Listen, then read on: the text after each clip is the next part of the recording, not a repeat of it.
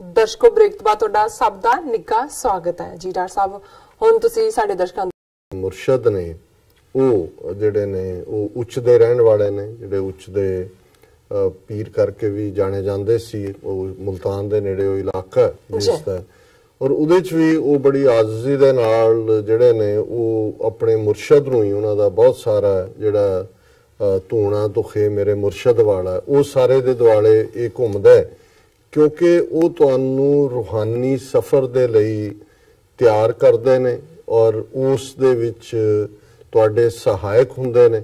ਔਰ ਬਹੁਤ ਵਾਰ ਇਸ ਚੋਂ ਗੱਲ ਅੱਗੇ ਤੁਰਦੀ ਹੈ। ਔਰ ਕਬੀਰ ਸਾਹਿਬ ਦਾ ਇੱਕ ਸ਼ਾਇਦ ਕਬੀਰ ਬੀਚਕ ਗ੍ਰੰਥ ਦੇ ਵਿੱਚ ਸ਼ਲੋਕ ਹੈ, कबीर हर सतगुर दोए खले किसके लागों पाए बलिहारी गुर आपने जिन मार्ग दिया बताए।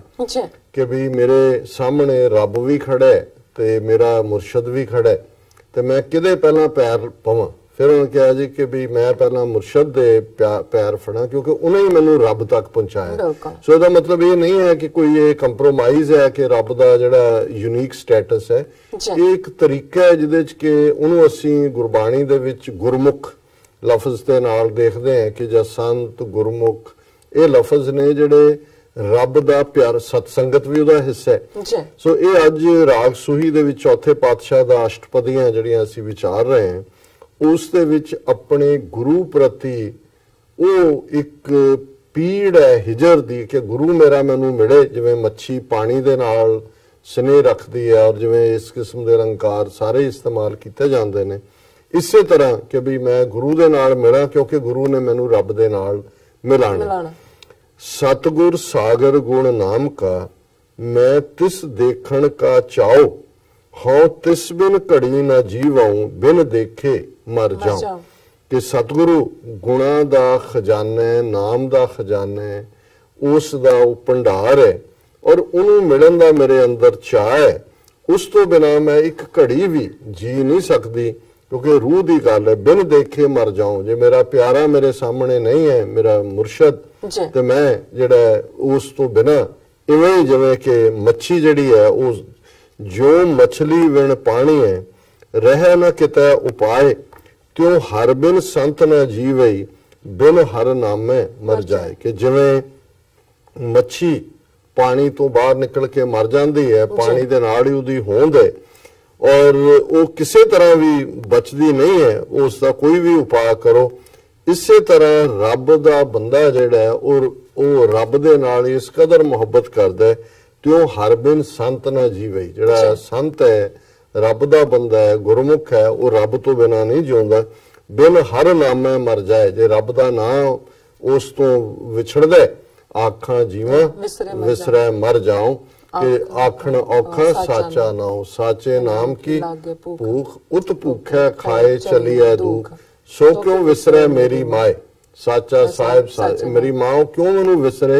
जिन्हों कहते ही मैं जिउंदा ते जे विसर जाए तो मैं मर जांदा। मैं सतगुर सेती पिरहड़ी क्यों गुरबिन जीवा माओ। मैं गुरबाणी आधार है गुरबाणी लाग रहा। कि मैं सतगुर दे नाल ही मेरी पिरहड़ी है, प्रीत है, मेरा प्यार है। वो क्यों गुरबिन जीवा माओ। हे मेरी मां मैं अपने गुरु तो रब तो बिना किवें जीवां। मेरे जीवन का आधार ही गुरु दे बोल ने, गुरु दे शब्द ने, गुरु दी बाणी है। मैं हमेशा गुरबाणी नाल जुड़ी रहा।